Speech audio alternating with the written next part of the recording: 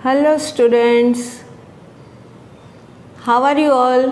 Hope you will be fine and enjoying the monsoon. कल enjoy की ना बारिश, अब बारी है पढ़ने की. So be ready for your learning. Today also we are going to revise the chapter the third level जो हमने लास्ट टाइम पढ़ी थी. मुझे पता है the story is so thrilling exciting, लेकिन उसके साथ में थोड़ी कंफ्यूजिंग भी है. So again we are going to discuss the same story. As you know friends, in this story 3 main characters, Charlie, his wife Lucia and his psychiatric friend Sam. अब यहाँ Charlie को सबसे पहले एक्सपीरियंस होता है third level का, वो जो थर्ड प्लेटफॉर्म है grand central railway station New York का.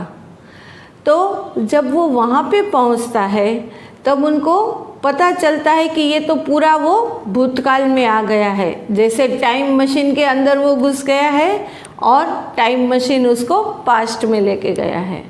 जब वो बात अपने साइकियाट्रिक फ्रेंड और अपनी वाइफ को बताता है, ये लोग मानते हैं कि उनका थोड़ा जो टेंशन है उसकी वजह से चार्ली ऐसा बिहेव कर रहा है. कोई ये मानने को तैयार ही नहीं है कि वहाँ रेलवे स्टेशन में थर्ड प्लेटफॉर्म भी है. थर्ड लेवल को कोई एक्सेप्ट नहीं करता. और जो उसका फ्रेंड है साइकियाट्रिक फ्रेंड, वो तो उसको एग्जाम्पल दे के समझाता है कि कभी कभी लोगों को ऐसा लगता है जो बहुत पास्ट में रहते हैं तो उनको लगता है कि वो पास्ट में ही चले गए हैं. और इसके लिए वो एग्जाम्पल देता है स्टैम्प कलेक्शन का, कि जो लोग स्टैम्प कलेक्शन करते रहते हैं वो भी हमेशा पास्ट के बारे में सोचते हैं. बट चार्ली उनकी बातों से सहमत नहीं होता. उसने तो ठान लिया है कि उसको गेल्सबर्ग, जहाँ पे उनके दादाजी रहते थे बहुत सालों पहले, वो गेल्सबर्ग उसको जाना है. और उनको लगता है कि ये जो थर्ड लेवल है जहाँ पे वो पास्ट एक्सपीरियंस करता था वही उसको गेल्सबर्ग पहुँचा पाएगा. तो इसके लिए वो अपनी करेंसी भी कन्वर्ट करवाता है, क्योंकि वो पुरानी करेंसी उसको चाहिए गेल्सबर्ग की टिकट लेने के लिए. तब उसको वहाँ कहीं थर्ड लेवल दिखाई ही नहीं देता. जब घर आता है और उसकी वाइफ उसको बताती है कि उसका फ्रेंड सैम है, वो बहुत दिनों से लापता है. वो दोनों उसको ढूंढने की बहुत कोशिश करते, वो नहीं मिलता.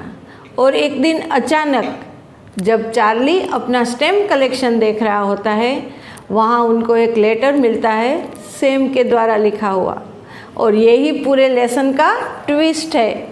आपने भी जब लेसन पढ़ा होगा यहीं पे आपको मज़ा आई होगी. वो लेटर लिखा है सैम ने, जो गेल्सबर्ग ऑलरेडी पहुंच चुका है और चार्ली और उसकी वाइफ को वहाँ पे बुला रहा है. और अब चार्ली को भी वही एहसास होता है कि वो जो उसका फ्रेंड जो साइकियाट्रिस्ट था, ये जो मानने को तैयार नहीं था, लेकिन आज वो ही सेम जगह पे अपने टाइम मशीन के थ्रू पास्ट में पहुंच गया है. So friends, here the story ends. So one more time you look and see the story through animation. Definitely you will like it and you are able to remember all the things very nicely. And after seeing or listening this story, again you have to go through the question answers, you have to learn it properly so you can secure good marks in your exams. दूसरा है उसकी पत्नी Lucia और तीसरा उसका दोस्त है Sam, जो कि एक मनोचिकित्सक यानी साइकेट्रिस्ट है. स्टोरी शुरू होती है 1958 में, जब वर्ल्ड वॉर 1 और 2 दोनों खत्म हो चुके होते हैं. तो एक आदमी जिसका नाम चार्ली था और वो 31 साल का था और वो एक ऑफिस में काम करता था. उसकी पत्नी जिसका नाम लूसिया था और वो उससे बहुत प्यार करता था। चार्ली एक दिन देर रात तक काम कर रहा था। फिर अचानक वो टाइम देखता है और फिर वो ऑफिस से निकलकर घर के लिए रवाना हो जाता है। फिर वो न्यूयॉर्क के रेलवे स्टेशन पर ट्रेन पकड़ने पहुंचता है। उस रेलवे स्टेशन का नाम था ग्रैंड सेंट्रल रेलवे स्टेशन और वहाँ ट्रेन के जाने आने के 2 लेवल थे। चार्ली सबसे पहले लेवल 1 पर जाता है तो वो देखता है उसकी ट्रेन छूट चुकी है। फिर वो लेवल 2 की तरफ बढ़ता है और वहाँ भी वो हताश होता है क्योंकि वहाँ पर भी उसकी ट्रेन जा चुकी होती है। इन 2 लेवल में उसके जैसे पहनावे वाले लोग थे। अब चार्ली की दोनों लेवल की ट्रेन छूटने के बाद वो वापस लौटने लगा। तभी उसे एक नया रास्ता दिखाई दिया। वो सोचने लगा कि उसने आज से पहले इस रास्ते को कभी नहीं देखा था। जब वो उस रास्ते की तरफ बढ़ता है तो उसे ऐसा लगता है कि ये रास्ता कभी ख़त्म ही नहीं होगा, लेकिन फिर भी वो आगे बढ़ता जाता है और आखिर में उसे कुछ लोगों के बोलने की आवाज़ सुनाई पड़ती है। उसे लगा कि वो लेवल 2 पर पहुंच गया है, लेकिन जब वो उस लेवल पर पहुंचा तो उसे लगा कि यहाँ पर एक 3rd लेवल भी है। फिर जब वो अपने आसपास देखता है तो वहाँ लोग बहुत पुराने ज़माने के कपड़े पहन रखे होते हैं। वहाँ 3rd लेवल पर छोटे छोटे कमरे भी थे। इसके साथ वहाँ एक टिकट काउंटर भी था और उसके साथ वहाँ एक वुडन नोटिस बोर्ड था जो पुराने समय में इस्तेमाल होते थे। फिर चार्ली को वहाँ एक न्यूज़पेपर बेचने वाला एक लड़का दिखता है तो वो उससे एक पेपर लेता है और देखता है उस पेपर का नाम था द वर्ल्ड, जो कि 1890 का एक फेमस न्यूज़पेपर था। फिर चार्ली न्यूज़पेपर की डेट को देखता है तो वो चौंक जाता है क्योंकि डेट लिखा होता है 11 जून 1894।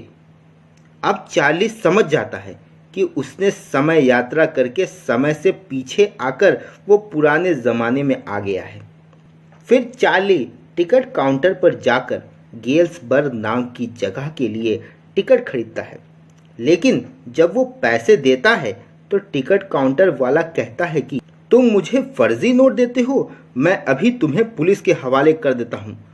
अब चार्ली बहुत डर जाता है और वहाँ से भाग खड़ा होता है और वापस लेवल 2 में आकर अपने समय 1958 में आकर अपने दोस्त सैम के पास जाता है और वो सैम को सारी बात बता देता है। फिर सैम उसे समझाता है कि इसमें घबराने वाली बात नहीं है, ये तुम्हारे दिमाग का वहम होगा। सैम ने आगे बताया कि तुम दिन भर ऑफिस में इतना टेंशन लेते हो जिसकी वजह से तुम्हारा दिमाग एक ऐसी जगह के बारे में सोचता है जो सच्चाई से बिल्कुल अलग होता है। अब सैम स्टैम्प कलेक्शन के बारे में बताता है। स्टैम्प कलेक्शन करने वाले भी आज के टाइम में रियलिटी से दूर भागते हैं। इन सभी बातों से चार्ली बिल्कुल सहमत नहीं होता है क्योंकि अमेरिकन प्रेसिडेंट रूजवेल्ट भी स्टैम्प कलेक्शन करते थे, जिससे उन्होंने अपने देश को वर्ल्ड वॉर 2 में भी जिताया था। चार्ली के दादाजी भी स्टैम्प कलेक्शन करते थे और वो बहुत खुश रहते थे। फिर चार्ली वहाँ से चला जाता है, लेकिन चार्ली की एक तमन्ना होती है कि वो अपनी पत्नी लूसिया के साथ गेल्सबर्ग जाए, क्योंकि गेल्सबर्ग एक ऐसी जगह थी जहाँ उसके दादाजी रहा करते थे और वो जगह बहुत शांत थी। और चार्ली ये सोचता था कि सेंट्रल स्टेशन की वो 3rd लेवल ही वो जगह है जहाँ पर उसे गेल्सबर्ग जाने का टिकट मिल सकता है। तो इसके लिए वो बैंक जाता है और अपने $300 को पुराने नोट में बदलवाता है, लेकिन बदले में उसे सिर्फ $200 ही मिलते हैं। इसे देखकर चार्ली के दोस्त बहुत हैरान होते हैं क्योंकि चार्ली को उसके इंश्योरेंस पॉलिसी का प्रीमियम भरना होता है, लेकिन फिर भी चार्ली ने अपने $300 को पुरानी करेंसी में बदलवा डाला। करेंसी बदलवाने के बाद चार्ली सीधे सेंट्रल रेलवे स्टेशन भागता है ताकि वो 3rd लेवल पर पहुंच सके, लेकिन अब उसे 3rd लेवल तक पहुंचने का कोई रास्ता नहीं मिलता है। तो तो वो उदास होकर वापस घर लौट जाता है। फिर घर पहुंचने पर उसे पता चलता है कि उसका दोस्त सैम कई दिनों से गायब है। फिर चार्ली और लूसिया सैम को ढूंढने निकलते हैं, लेकिन सैम कहीं नहीं मिलता है। एक दिन चार्ली अपने दादाजी के स्टैम्प कलेक्शन को देख रहा होता है। तभी उसे एक लेटर मिलता है और वो लेटर उसके दादाजी के लिए होता है।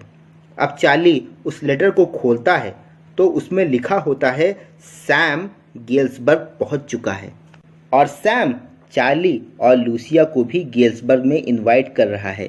उस लेटर पर डेट लिखी हुई थी 18 जुलाई 1894। फिर इस लेटर को देखकर चार्ली और भी ज़्यादा कंफ्यूज हो जाता है। फिर अगले दिन चार्ली वापस से बैंक जाता है तो पता चलता है कि सैम कुछ दिन पहले ही अपने $800 को पुराने करेंसी में चेंज करवा लिया था। अब चार्ली को ये कंफर्म हो गया था कि सैम भी टाइम ट्रैवल करके गेल्सबर्ग पहुंच चुका है।